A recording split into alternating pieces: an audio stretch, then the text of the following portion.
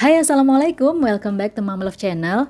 Berhubung masih banyak yang belum tahu atau bahkan gak ada gambaran sama sekali tentang apa itu saham, so kali ini saya mau sharing yang saya tahu pakai bahasa sederhana aja ya. Gak usah yang belibet-belibet lah, oke? Keep on watching.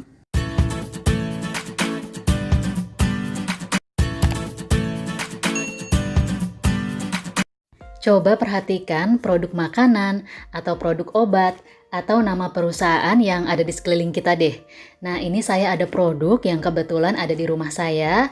Ada tolak angin, Pepsodent, Tapres BCA, dan Indomie. Setiap produk yang kita beli tentu ada nama perusahaan yang buat produk ini atau produsennya gitu ya.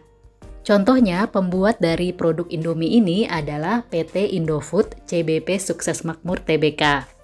Sebagai ilustrasi, misal ada perusahaan bernama PT Indofood yang makin lama usahanya makin berkembang dan membutuhkan modal. Akhirnya, Indofood menawarkan kepemilikan perusahaan ke masyarakat umum dalam bentuk saham. Jadi, dari yang awalnya hanya perseroan terbatas menjadi TBK atau terbuka. Pasti sering kan lihat nama perusahaan yang ujungnya itu ada TBK-nya. Nah, biasanya perusahaan ini berarti sudah bisa kita beli sahamnya. Jadi, kalau kita baca pengertian saham adalah bukti nilai kepemilikan suatu perusahaan, maksudnya seperti ini, kita beli saham Indofood berarti kita juga memiliki perusahaan ini senilai banyaknya lembar saham yang kita beli. Intinya, kalau kita membeli saham, ini ada loh perusahaannya. Perusahaan ini menghasilkan keuntungan dari produk yang dia jual atau dari jasa yang dijalankan. Jadi bukan membeli sesuatu yang nggak jelas ya. Pertanyaan berikutnya, pasti apa untungnya kalau kita beli saham? Nah, ada dua keuntungan kalau kita membeli saham.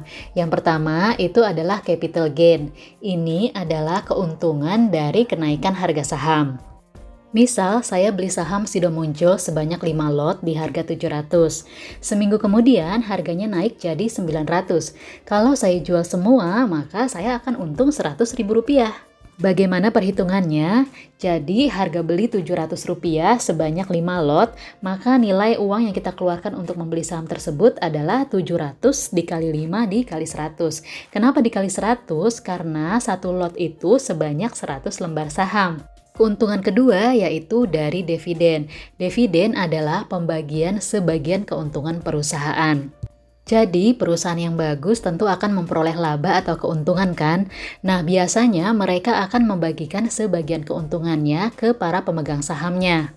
Misal, tahun 2020, PT Indofood membagikan dividen senilai Rp200 per lembar saham. Nah, kalau kita punya 5 lot sahamnya, berarti kita berhak mendapatkan dividen sebesar Rp100.000. Memang nggak semua perusahaan bisa membagikan dividen tiap tahun dan juga ada ketentuannya. Next time kita bahas lebih detail ya. Berikutnya, kenapa kita harus membeli atau investasi saham? Pertama, itu nggak perlu modal besar. Dulu saya juga mikirnya saham itu cuma untuk orang kaya, nggak akan terjangkau lah. Nyatanya sekarang dengan kemajuan teknologi dan informasi yang benar tentang saham, ternyata kita nggak perlu modal besar, kita bisa beli saham 1 lot, 2 lot dulu, atau belajar nabung saham. Dan sekarang malah banyak perusahaan sekuritas yang nggak perlu deposit sekian juta bahkan gratis. Kedua, keuntungan yang relatif tinggi. Paling gampang kita bandingkan dengan deposito ya. Bunganya kan cuma 3-5% setahun. Belum lagi pajaknya juga tinggi, sekitar 20%. Nah, sedangkan di saham kita bisa memperoleh belasan bahkan puluhan persen dalam setahun. Kalau kita lakukan dengan cara yang benar tentunya. Ketiga, bisa diwariskan. Ya, jadi kalau memilih untuk investasi jangka panjang, sahamnya ini bisa diwariskan loh. Pernah ada yang orang tuanya pegawai Unilever dan punya sahamnya dari tahun 1981. Sampai sekarang perusahaan itu kan masih listing di Bursa Efek Indonesia. Maka anaknya bisa memiliki saham tersebut. Kebayangkan berapa nilainya kalau dijual sekarang karena memang nilai sahamnya terus naik. Yang keempat, investasi di saham itu aman karena diawasi oleh Otoritas Jasa Keuangan atau OJK sama seperti halnya bank. Untuk lebih detailnya, bisa lihat di video saya yang judulnya Cara Daftar Akun KSEI ya. Bagaimana cara investasi saham? Yang perlu disiapkan yaitu IKTP, buku tabungan atas nama pribadi, dan juga NPWP. Dokumen itu kita butuhkan untuk membuka rekening di perusahaan sekuritas. Nah, kalau kita mau investasi di deposito, itu kan kita tinggal ke bank. Sedangkan kalau kita mau investasi saham, yang kita perlukan adalah membuka rekening di perusahaan sekuritas. Mereka inilah yang menjadi media atau broker dalam jual beli saham. Sekarang ini semua sudah lebih mudah, kita bisa daftar full online, jadi nggak perlu datang ke perusahaan sekuritasnya. Untuk lebih jelasnya, contoh daftar online ke salah satu perusahaan sekuritas yaitu Indo Premier Sekuritas, bisa klik link video di kanan atas ini ya. Nah, kalau sudah selesai mendaftarkan ke perusahaan sekuritas dan mendapatkan rekening dana nasabah atau RDN, kita sudah bisa isi saldo RDN-nya dan mulai melakukan investasi atau jual beli saham. Sampai tahap ini biasanya kita bingung ya, mau pilih perusahaan sekuritas apa. Nah, di bawah ini ada beberapa hal yang bisa jadi pertimbangan. Pertama, fee transaksi. Jadi, tiap kita jual beli saham akan dikenakan biaya transaksi. Kisarannya itu antara 0,10 sampai 0,30%. Kedua, setoran awal. Jadi, pada saat membuka rekening ke sekuritas, itu ada yang mensyaratkan deposit awal mulai dari 100.000 sampai 10 juta rupiah. Tapi saat ini sudah ada sekuritas yang tanpa minimal deposit alias gratis. Yang ketiga, kemudahan dalam proses pendaftaran. Misalnya, kita bisa pilih sekuritas yang melayani secara online, jadi nggak perlu repot-repot datang langsung ke perusahaan sekuritasnya. Berikutnya, pilih sekuritas yang fitur aplikasinya mudah digunakan dan pelayanannya juga bagus. Jadi, tiap sekuritas itu punya aplikasi sendiri-sendiri untuk melakukan jual beli saham. Silahkan dicek-recek review aplikasinya mana yang kira-kira cocok buat kita. Terakhir, yang paling penting, perusahaan sekuritasnya harus wajib terdaftar di Otoritas Jasa Keuangan atau OJK.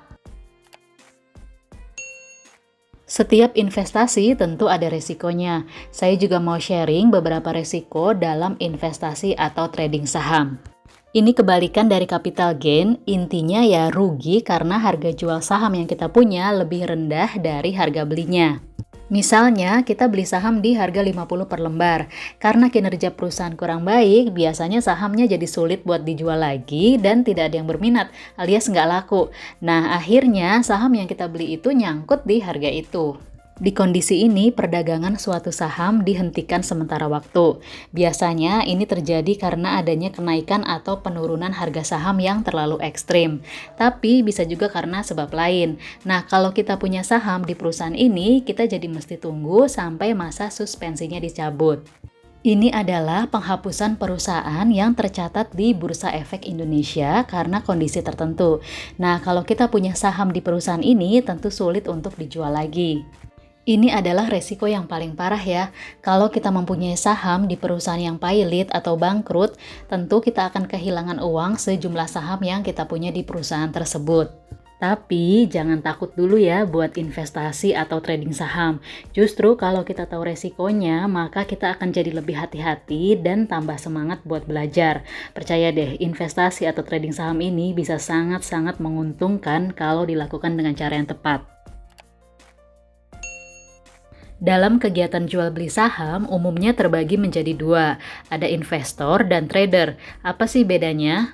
Investor tujuannya untuk memperoleh keuntungan yang besar dalam waktu jangka panjang. Contohnya membeli saham PT ABC dan menjualnya setelah 3, 5, atau 10 tahun kemudian, tergantung dengan tujuan investasinya. Apa tujuannya? Ya bebas, misal untuk biaya pendidikan, biaya menikah, biaya membeli rumah, biaya membangun usaha, dan lain-lain. Oleh karena itu, investor lebih fokus ke pertumbuhan nilai saham. Misalnya, membeli saham yang nilainya masih murah dengan harapan di tahun berikutnya nilai sahamnya akan jauh lebih tinggi.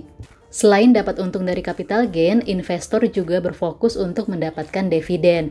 Karena memegang saham dalam jangka waktu tahunan, otomatis bisa memperoleh dividen yang biasanya dibagikan 1-2 kali dalam setahun. Dalam kegiatan jual beli saham, seorang investor menggunakan analisis fundamental, yaitu analisa berdasarkan laporan keuangan. Misalnya harus menganalisa apakah perusahaan itu bisa berkembang dalam 3, 5, atau 10 tahun ke depan, apakah kondisi perusahaannya sehat, dan lain-lain yang berhubungan dengan bisnis perusahaan tersebut. Sedangkan trader sesuai dengan artinya yaitu pedagang, jadi melakukan jual beli di pasar modal dengan fokus memperoleh capital gain dalam jangka waktu pendek atau menengah, bisa harian, mingguan, atau bahkan dalam hitungan jam. Misalnya, hari ini membeli saham PT ABC di harga 1.000 dan segera menjualnya begitu harga naik atau target keuntungan tercapai.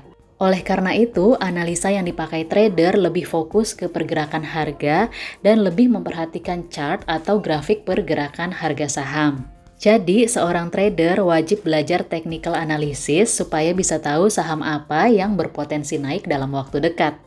So, lebih bagus mana? Jadi investor atau trader ya? Menurut saya, dua-duanya bagus tergantung dengan tujuan dan kondisi masing-masing. Kalau tujuannya untuk investasi jangka panjang, punya pekerjaan atau penghasilan utama yang membuat kita nggak punya banyak waktu buat pantau kondisi pasar modal, sepertinya bisa memilih buat menjadi investor ya. Sedangkan kalau mau mendapatkan untung rutin di jangka pendek atau menengah dan punya banyak waktu, bisa memilih untuk menjadi trader. Yang terpenting jangan menjadi gambler ya. Nah, itu aja yang bisa saya sharing kali ini. Semoga bermanfaat dan kita semua cuan ya. Terima kasih. Assalamualaikum.